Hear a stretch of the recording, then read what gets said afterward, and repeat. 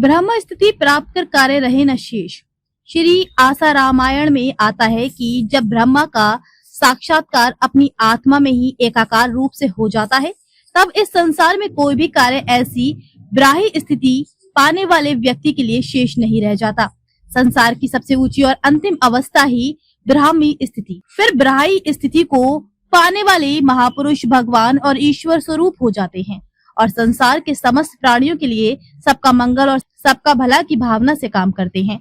ऐसी ही ब्राह्मी स्थिति को प्राप्त महापुरुष हैं परम पूज्य संत श्री आसाराम जी बापू, जो अकेले ही भारत को विश्व गुरु बनाने का सामर्थ्य रखते हैं, लेकिन खुद को भगवान श्री कृष्ण की तरह सारथी जैसे काम करके अनभिज्ञता बताते हुए हैं।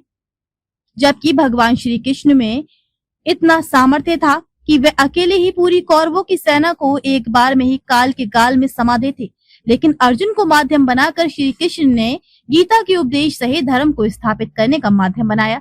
ऐसे ही अब धर्म को अच्छी तरह से पूरे विश्व में स्थापित करने के लिए जो धर्म युद्ध बापूजी ने विश्व गुरु भारत के नाम का शुरू कर दिया है, उसमें वे अर्जुन जैसे दूसरे लोगों का मान यश बढ़ाते हुए उसका श्रेय भी उनको ही दे रहे हैं। धर्म का वास्तविक अर्थ क्या है? पूज्य बापूजी के साथ प्रश्नोत्तरी। प्रश्न, धर्म क्या है? पूज्य बापूजी, धर्म की परिभाषाएं बहुत लंबी चौड़ी होती हैं। धर्म तथा मत में फर्क होता है। ये मूल की बात समझ लेना। धर्म को आध्यात्मिक ढंग से विचारें तो जो सबको धारण कर रहा है उस परमात्मा की ज्यों की त्यों मुलाकात ही धर्म का फल है।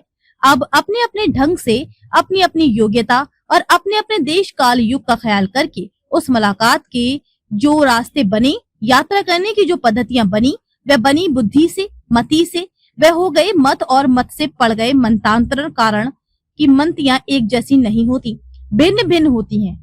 मुंडे मुंडे मति भिन्ना, लेकिन जो आदि धर्म है वह एक है और उस एक में जिनकी स्थिति हो गई, जिन्होंने उस परमात्मा तत्व को जान लिया और अथवा उस सार आत्म सुख को पा लिया, वह किसी देश में हो, किसी देश में हो, किसी रंग में हो, किसी ढंग में हो, हम उनका इसलिए आदर करते हैं कि वे वहां पहुंचे।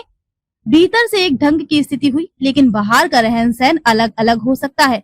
तो जो आत्मज्ञानी महापुरुषों का रहन सहन है वे धर्म नहीं है। जैसे सुखदेव जी का आचरण है, महात्यागी का, कौपीन की भी परवाह नहीं, उनकी भी पूजा करते हैं। श्री कृष्ण का आचरण है वैभवशीलता का, उनकी भी पूजा करते हैं। राजा जनक राज्य करते हैं, उनकी भी हम वंदन करते हैं।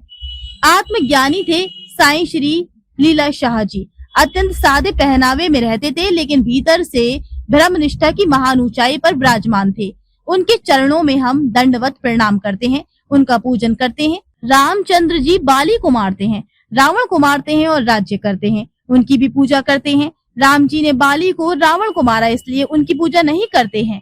वे राज्य कर रहे हैं, इसलिए हम पूजा नहीं करते हैं। सुखदेव जी कौपीन पहनते हैं, इसलिए पूजा नहीं करते हैं। पूजा इसलिए करते हैं कि उन्होंने उस एक परमात्मा तत्व में स्थिति की है। मान लो एक व्यक्ति रसगुल्ला चाहता है, दूसरा दही बड़ा चाहता है, तीसरा सिनेमा देखना चाहता है, चौथा किसी की जेब काटना चाहता है।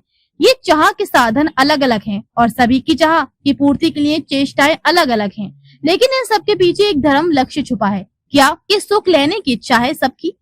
प्राणी मात्र सुख चाहता है, पर गलती ये होती है कि वह इंद्रियों के विकारी सुख में उलझ जाता है और उस निर्विकारी सुख आत्म सुख में वंचित रह जाता है।